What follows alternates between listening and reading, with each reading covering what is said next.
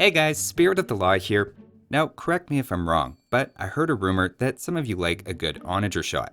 You know, this kind of stuff.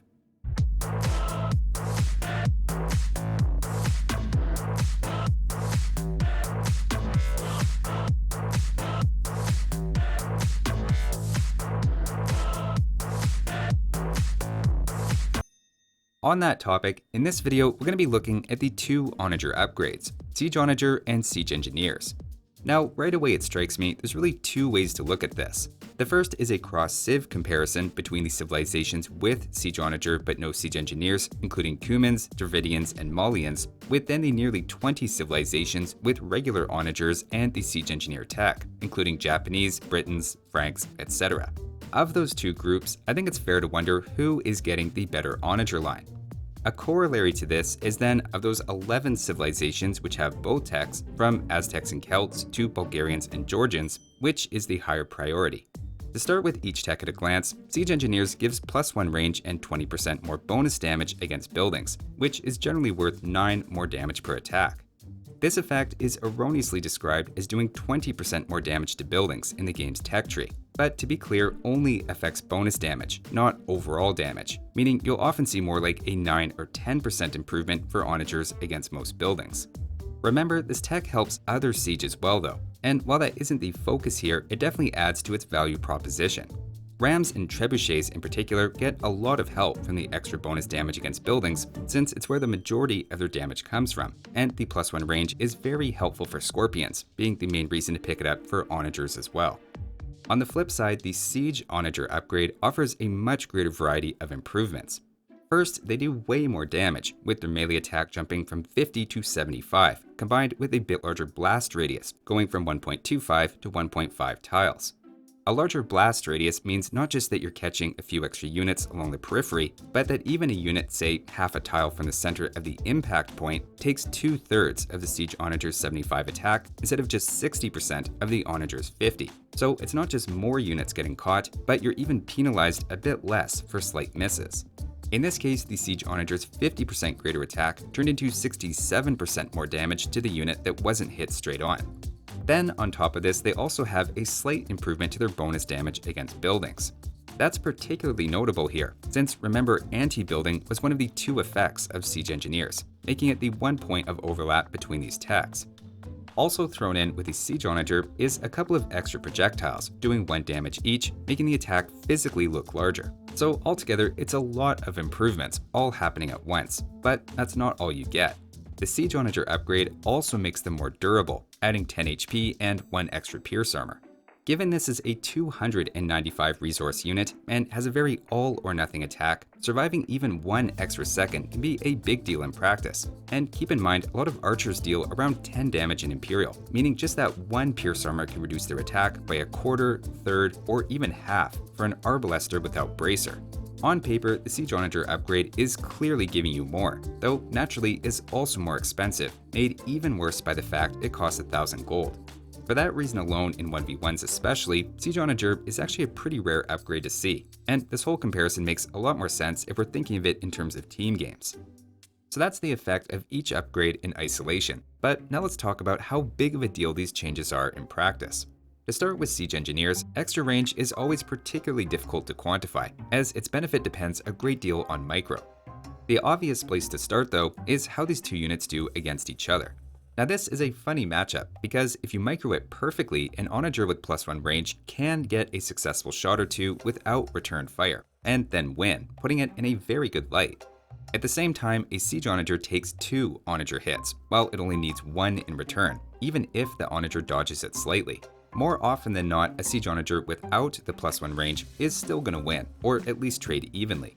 With unit traffic in between, that's where you may notice that +1 range a little more, but it's still pretty situational. Another case where +1 range might make a difference is against the Bombard Cannon, which has 12 or 13 range. It turns out even with a direct shot, either Onager survives, though obviously with another 10 HP to spare for the Siege Onager.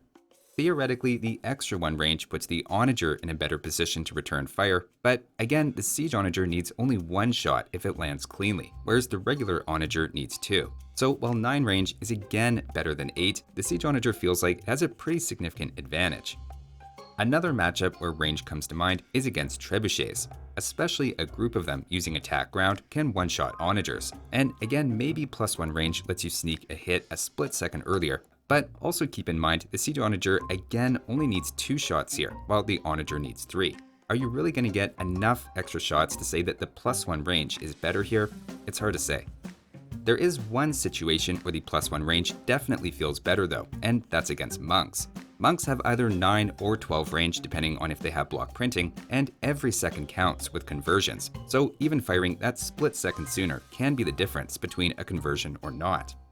Elite longbows feel like a similar situation as well, where they're taken out in one hit either way, so you could credibly argue +1 range is going to make those big hits more likely enough that siege engineers is maybe a higher priority, though also keep in mind the siege onager's greater durability here too.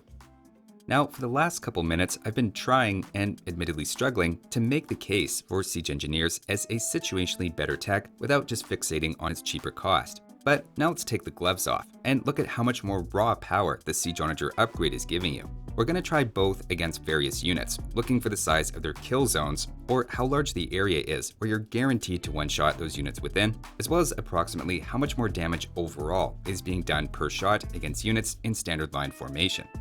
We'll start with a super low HP unit in the Elite Skirmisher, which has just 35 HP. At first glance, the Onager and Siege Onager take 60 and 70 javelins respectively, so there isn't a big difference there. But giving each one shot into a mass of units, notice only 8 skirmishers are taken out by the Onager compared to 22 from the Siege Onager. That's almost 3 times the losses, though notably if we look at the total HP damage in the first volley, the Siege Onager only did about 50% more, held back a lot by overkill. As good as it looks, the Siege Onager is actually just getting warmed up and is underperforming its potential here to some extent. Moving up to a slightly higher 40 HP, say with Arbalesters, the Siege Onager's advantage is even more obvious. First, they survive almost twice as many Arbalester shots, giving a large defensive advantage. But letting them both have a volley, notice the Arbalester losses grow from 4 to 18. Basically, just the exact center goes down against regular Onagers, assuming they started at full health, whereas the Siege Onager wipes out at least a 2x2 grid. Overall, it actually does 57% more damage when you count all the partially damaged units as well, actually an improvement over the Skirmisher comparison.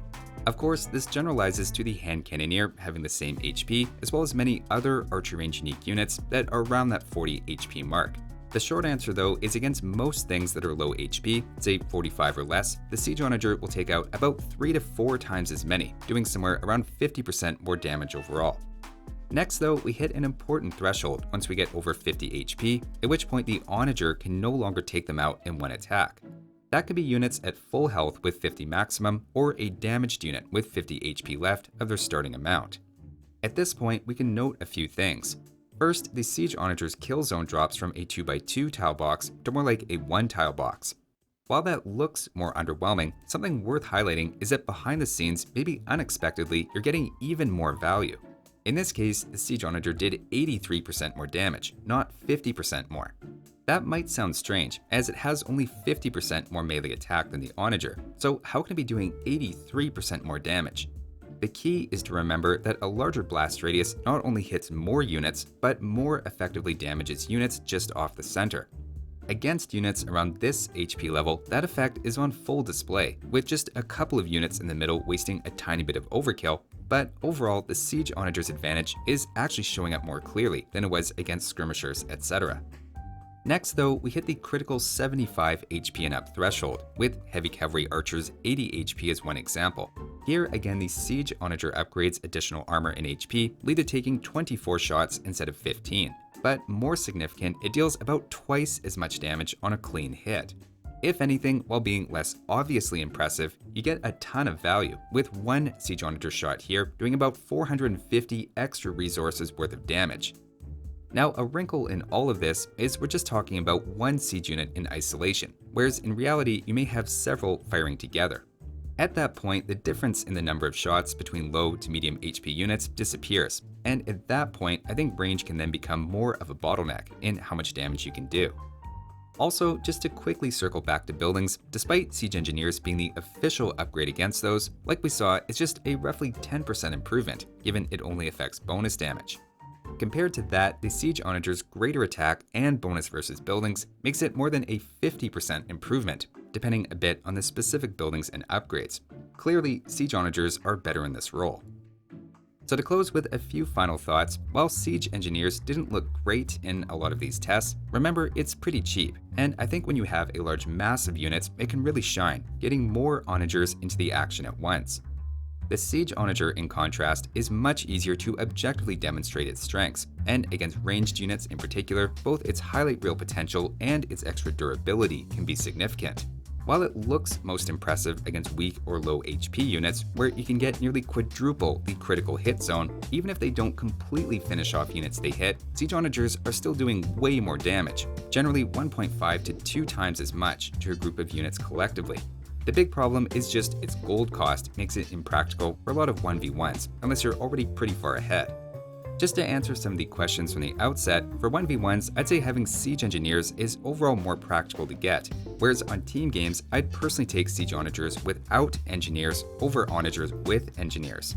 In terms of which I'd get first if I had both, even in a team game, I think I might prefer Siege Engineers, mostly to prioritize gold upgrades at the blacksmith or for other units first, with Siege Onager coming in a bit later, as Onagers are rarely used entirely on their own after all, and it's important to protect them with well-upgraded units. That's just how I'd play it though, and there's always a lot of factors to consider. Hopefully there was something helpful in there for your own decisions next time you're wondering about these two techs though. Thanks for watching, and I'll see you next time.